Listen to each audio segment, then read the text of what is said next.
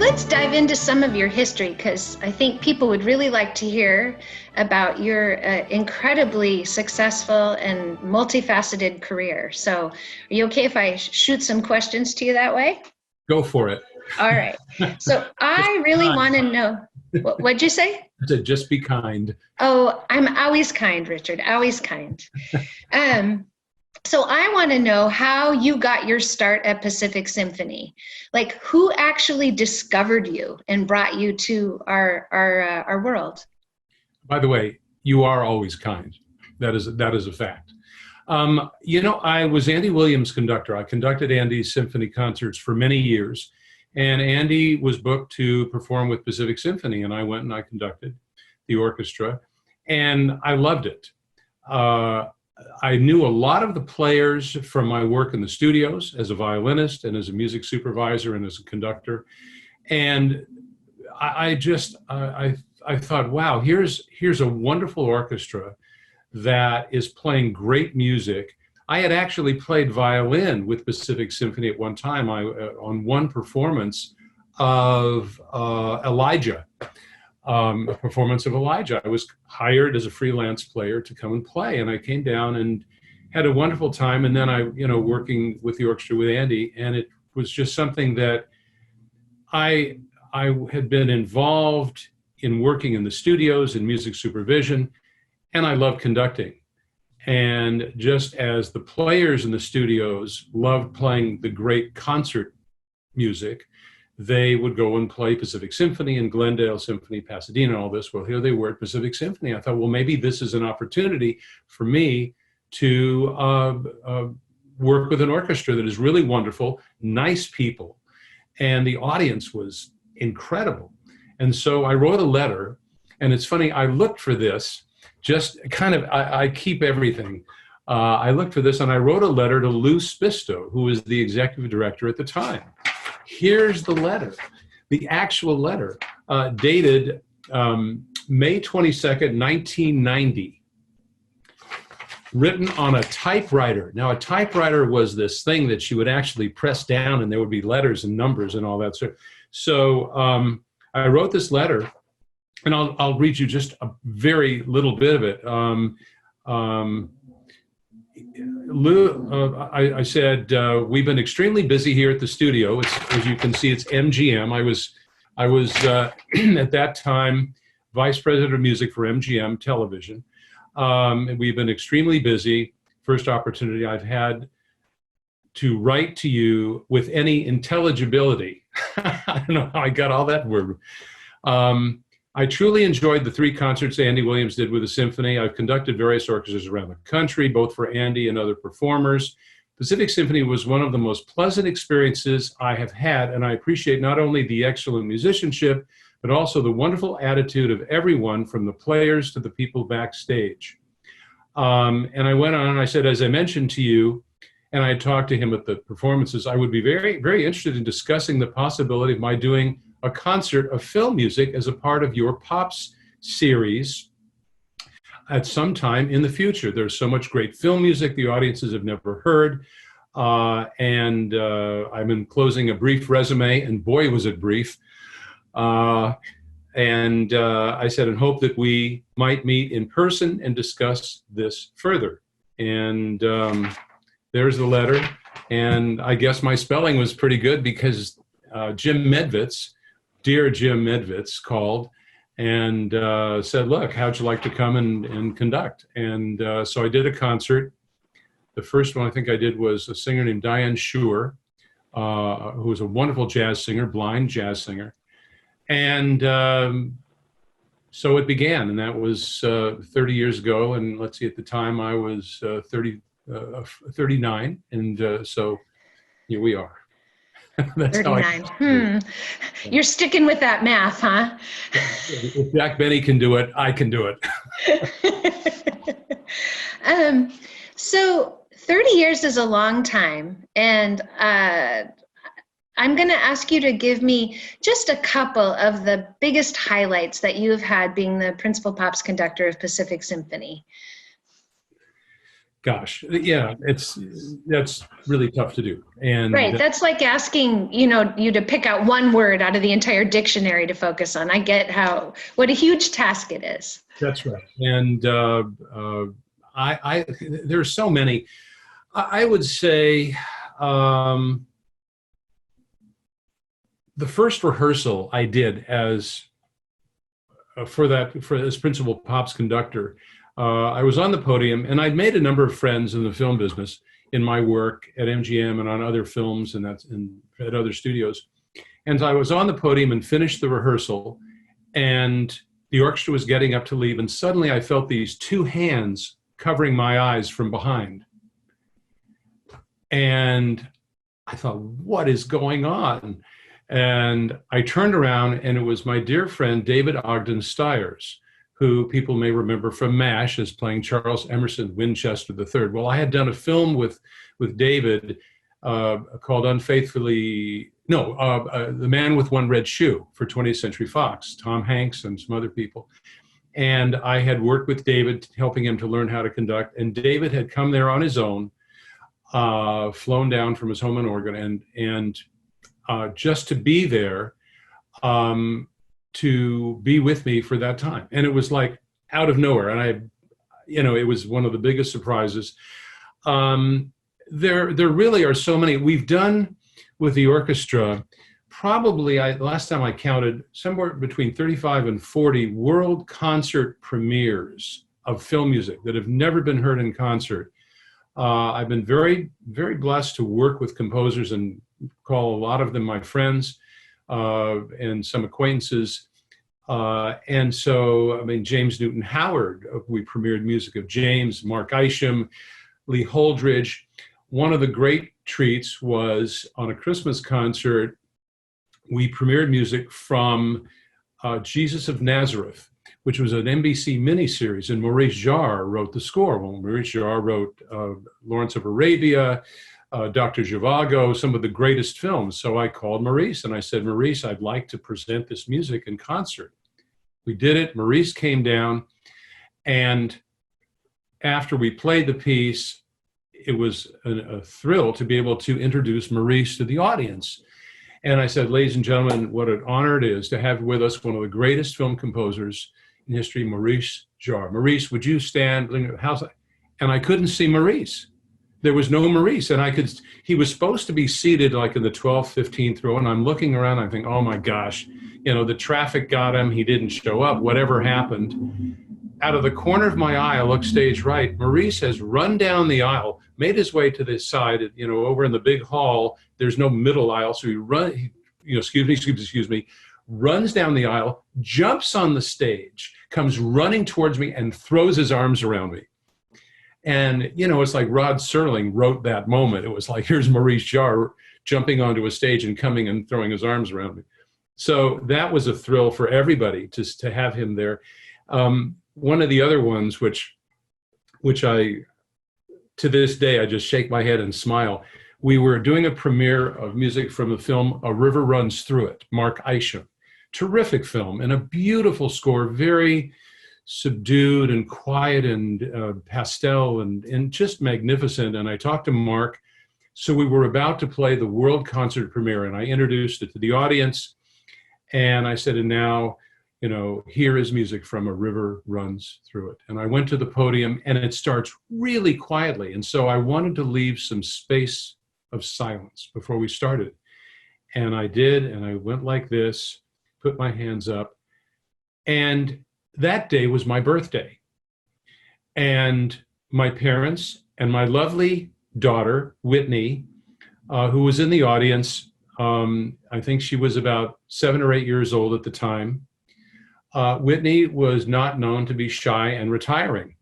And so I raised my arms to conduct, 3,000 people waiting for this to start, including the composer. And suddenly this voice of a 7-year-old in the middle of it all yells, "Happy birthday, Dad."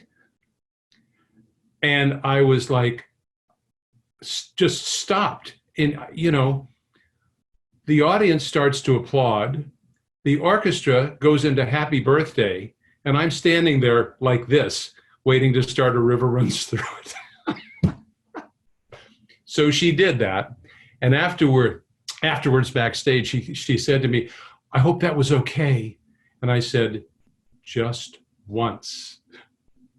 The addendum to the story is Whitney, later on after college at Chapman University, she graduated Chapman, was in the national tour of Mamma Mia. And a big deal. This was, the beginning of her career. And they were running all over the place, all over the country, and they were playing the Orange County Performing Arts Center. Whitney was understudying 2 roles, and it was in the chorus. And one of the roles was the lead, was the star of the show, Sophie. And all of a sudden, Whitney gets word the girl who was supposed to be playing it can't do the show that night. The next night, I guess the girl was sick on a weekend, and so we got a bunch of friends together, and I remember Pat and Leslie Sajak and their kids, and Gail and some other people got tickets real quickly, and there we are sitting, and I'm in like the 10th row at the hall, and Whitney is singing one of the songs, and that day was her birthday. And in my mind, I'm sitting out there thinking, no. And I didn't. Anyway, there are so many memories. I could go on and on. I mean, one other one involves John Williams. John had done the film Home Alone, and a great score. And John always premieres his music with Boston Pops or with an orchestra, and then other people can do it. Well, John called and asked me, he had done it with the Boston Pops, would I like to do the West Coast premiere of the music from Home Alone with Pacific Symphony? Absolutely. Set it all up. We used the Orange County Children's Chorus. And I talked to the director of the chorus, and I said, I'd like to ask a favor. I said, would it be possible for 2 children who are not in the chorus to sing the performance? She said, absolutely. I said, one is my daughter, Whitney, who was a wonderful singer, and the other was Barbara Gruska, who was the granddaughter of John Williams. Jenny Gruska, John's daughter, was married to Jay Gruska, and their daughter was Barbara, who was a friend of Whitney's. And so Barbara, John's granddaughter, sang the premiere with Pacific Symphony, the West Coast premiere of Home Alone. And it was just a very exciting time.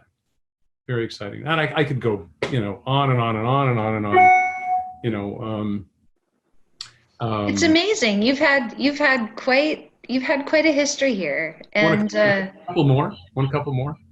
Sure, go for it. This is where you maybe aren't nice. Irvine Meadows, we were going to do the film Wizard of Oz, the entire score with the film, and got in touch with the daughter of the composer of the score who won the Oscar. Anyway, she comes to the concert, she brings the Oscar for the Wizard of Oz, and I brought it on stage for the audience to see. Another one which was very moving and really one of my favorite, if somebody said, what are your favorite concerts to do? One would be Christmas, and the other would be our 4th of July at summer concerts. And about 6 years ago, my dad passed away on July 2nd. And so we rehearsed July 3rd, and on July the 4th, my parents would always come to the concerts. There are no 2 greater supporters of any musician than my parents. My father would leave the concert hall with 15 programs that he would then, in the next couple of days, hand out to his exercise class at the Y. I mean, and that was my dad. So, and my mom would always come, of course, and Gail. So my dad passed away, and now it's July the 4th. Talked to my mom and Gail, and they wanted to come to the concert. And they did. And they would always sit, this was at Irvine Meadows, right there, just the back of the orchestra seats. And what we would always do, we would play all the marches of the armed forces. And my dad was in the Army in World War II, but then he also was in the Coast Guard, the Auxiliary Coast Guard, the last 25 years of his life after he retired. I mean, he was out there patrolling off Santa Monica on weekends. We all felt so safe because my dad was on the boat. Anyway, so my mom and Gail come to the show, and we start the marches. And I would always turn around and acknowledge people in the audience, who were standing up for their family members or who were serving in the armed forces. And my mom and Gail stood up for the Army caissons march, and then for the Coast Guard march, as they always did. But my dad was always there, and I don't often cry on the podium, but there were tears, and it was one of the most moving, experiences to see my family there honoring my dad, who had just literally, left us a couple of days before. A happy memory, to be sure. Anyway, but so there you go. I mean, I could go on and on about Pat Sajak coming and narrating, and John Denver coming and opening the season, when I asked them if they would do those things. So. Well, and honestly, I've been around long enough to really remember your parents, and I miss your parents desperately, because they were so much fun to talk to. We often, after a Pops concert, the guest artist and Richard, we go to these receptions for donors who support the concerts, which is a wonderful thing. But often then I'm supposed to be there to make sure you're okay, make sure the guest artist's okay. And your parents and Gail would always come. Well, I'd end up in the best conversations ever with your parents. And then you'd be like, it's time to go. And I'm like, oh, but we're still, oh, okay. And I remembered I was there to do a job, and that was to take care of you. So forgive me for all those times I got wrapped up with your parents. My parents loved you, and they talked about you often. And when you talk about the supporters and the people meeting after the concerts, if you were to ask me what is the most cherished part of my work with the orchestra, aside from working with the musicians, it's the audiences and the supporters. I can't begin to say how much it has meant to me to hear the wonderful comments and have people write and call and come up to me and say how much they enjoy the concerts, and to see the enthusiasm they have for the orchestra, and that has contributed to an extremely successful pop series for a long, long time. And it's a total team effort. And, being part of that team, I was always so honored to be able to accept those words on behalf of everybody. I sound like I'm making a Miss America speech here, but it's really not. I mean, it really means so much to have made so many friends, and certainly the Segerstrom family. When they decided to sponsor the Pops conductor chair, I was really flabbergasted. It's sort of like winning the conductor sponsored lottery, to have that happen. Not to mention the fact that, talk about nice people and kind people. I've spent a lot of time with them and talking with them, and that has really been amazing. To have that. I just can't say enough. About that. Yeah, the Segerstrom family are absolutely fantastic, and the Pacific Symphony is absolutely indebted to them for so many parts of our organization, and I know how much they adore you, and they love every time you're on the podium, and they come to the concerts, and they support all the work that you do. So thank you for being so wonderful that they wanted to keep supporting your chair like that. And the other people, the other families that have done that. I mean, I could start to list them, but I'd leave somebody out. We wouldn't want to do that. But we had every so often we'd have a dinner, and those supporters would come, and just a small group, and those were so much fun to hear what they had to say. And my question was always, thank you for saying all the things you like. What don't you like? What can we do better? And those are really exciting times, and I hope we do it again,